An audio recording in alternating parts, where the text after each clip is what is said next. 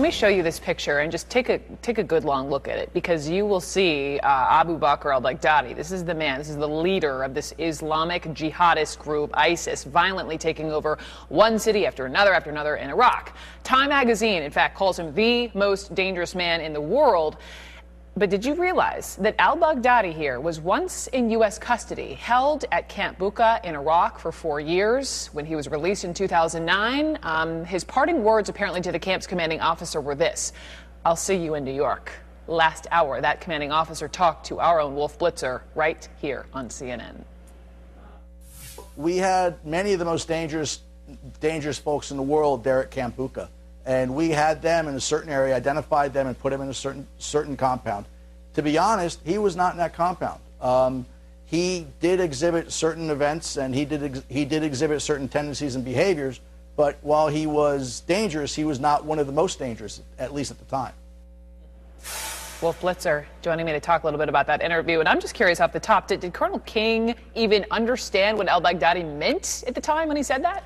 He said to me he thought, you know, the unit, the reserve unit that Colonel King was responsible for, a bunch of guys from Long Island, Camp Bucca, named after a firefighter who died on 9/11 at the World Trade Center. And so when he uttered the words, and I think the precise quote was, "I'll see you guys in New York," the assumption was he didn't take it as a direct threat, although now Colonel King said to me he sees it with hindsight as a direct threat, referring to another 9/11 in New York, something along those lines. He didn't really appreciate how determined, how sophisticated, and how passionate this al-Baghdadi was as far as creating this new terrorist organization designed to go after not only targets in Syria and Iraq and elsewhere, but also the United States. Do we know why the U.S. let him go in 2009?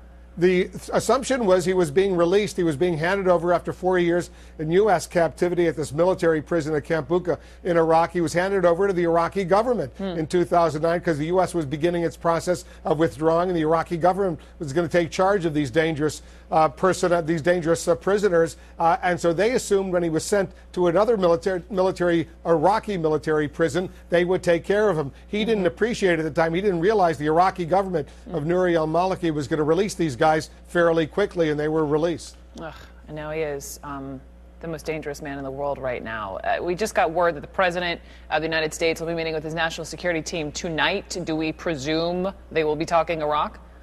There are, according to White House officials, there are fundamental options, military options, on the table. The president is flying back from the weekend in California. He gets back to Washington late this afternoon, early evening. He's going to go into a meeting at the White House with his top national security advisors, and they're going to review what the White House is now suggesting are fundamental military options. We don't know what the president's going to decide, if he's going to decide on a specific military plan, but we do know there are a lot of options, including drone strikes, air strikes. The only thing the president so far, as you know, Brooke, has ruled out is boots on the ground, U.S. troops going back into Iraq. But other than that, there will be various options at the disposal of the president. He wants the Iraqi government, Nouri al-Maliki, the prime minister, to do the right thing, take the steps he's refused to take over these past few years since the U.S. withdrawal. And I think the ball is really in Nouri al-Maliki's court. Wolf Blitzer, we'll see you as always, 5 o'clock Eastern on the Situation Room. Thank you, sir.